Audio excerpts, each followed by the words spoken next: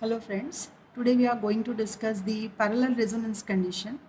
Normally for parallel resonance condition, when we are discussing the resonating frequency equation like FR equation, we supposed to consider the standard connection of a coil which is being giving R and L in series, the combination of resistance and inductor in series, and a capacitor in parallel with that. Okay, so considering these two branches, having one branch RL circuit and parallel to that capacitor, we supposed to go for the derivation of the resonating frequency FR. Okay, so let us go for the derivation part.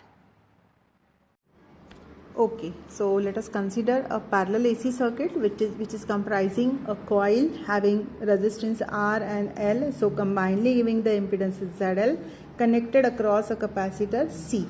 Fine. This combination is connected across voltage V, AC voltage, single phase AC voltage, okay, which is being at some frequency F. Fine. Now we have to resonate this circuit, and the frequency at which the condition will achieve, that will be resonating frequency for the parallel AC circuit. This V is giving some resultant current I. Let us say it is IR at resonance. We supposed to always abbreviate that particular quantities like that. So I must be equals to IR. This IR gets split into two branches. Some is going through impedance, that is RL circuit, that is IL. Some of the current is passing through the capacitor, that is IC. Okay. Now what we have to do, we have to achieve the condition like power factor equals to 1. Same situation or same condition we have achieved in the series RLC circuit. Like if XL equals to XC, reactances are becoming equal, the reactance value will cancel out each other, so only resistance will remain in the circuit, which makes this power factor 1. Same condition we have to achieve in the parallel resonance also, only thing by considering this splitted currents. Okay, so first of all we have to go for a phasor diagram, and then from the phasor diagram we will define the term, or we will prove the term cos phi equals to 1. Okay.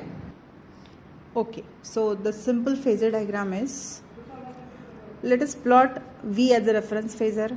Okay, for resistance the current will be in phase with the voltage, so I'll say IR will be in phase with V. Now I have pure capacitor and a coil, impure coil, that is a RL circuit. So obviously for this IL will be lagging to the voltage V by an angle of phi. IL is lagging to V by an angle of phi. Okay, whereas this is a pure capacitor, so it must be leading to the voltage V by exactly 90 degrees. Fine, leading to the voltage V by exactly 90 degrees.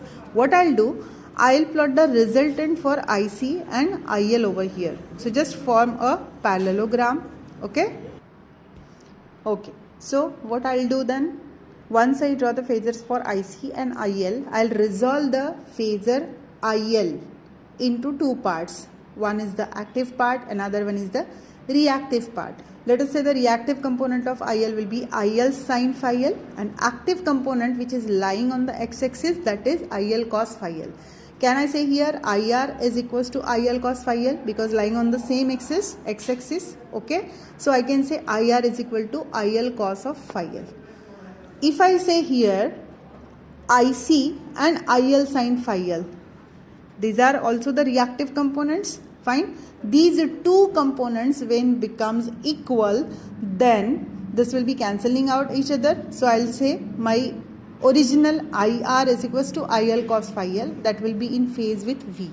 This is the situation when my power factor value, that is cos phi, is becoming 1, that is unity. So what could be the condition for this thing? I have to consider, or rather I have to make IC is equals to IL sin phi L. The reactive current components must be equal, then only the current IR will coming in phase with voltage V, which is giving phi equals to 0 and cos phi is equals to 1. Let us collect the terms, required terms from the phasor diagram first for the derivation part. Okay. So this is the condition what we have got from the phasor diagram. If these components IC equals to IL sin phi L we are considering, that means current component I will be IL cos of phi L. Okay, so this will give you phi 0, that means cos phi equals to 1, unity power factor. Okay, so let us resolve the equation for resonating frequency, okay, by considering this condition. So we'll consider the reactive component. Let us say it is IC equals to IL sine of phi L. Okay, just abbreviate these terms in the ratio of V and reactance. Fine. IC can be written as V by XC. Okay, IL could be written as V upon ZL. For the coil, I can write V by ZL, and it is sine of phi L. Fine. This is getting cancelled. So I am getting 1 upon XC equals to 1 by ZL into sine phi L. Now this sine phi L can be written from the impedance triangle. If I say that the value of this sine phi L can be written as XL upon ZL. This could be XL upon ZL. So I'll just write the term 1 by XC equals to 1 upon ZL into, this could be XL upon ZL. Fine, this will become ZL square. Okay, if I resolve further, I'll get 1 by XC equals to XL upon ZL square. Resolve this. ZL square, I'll just cross multiply the terms. It will be ZL square equals to XL into XC, which could be ZL square is equals to 2 pi FRL into 1 upon, this is XC actually, 1 by 2 pi FRC. Okay, I'll just put the equation over here for XL and XC. Okay, so I'll just cancel out the terms.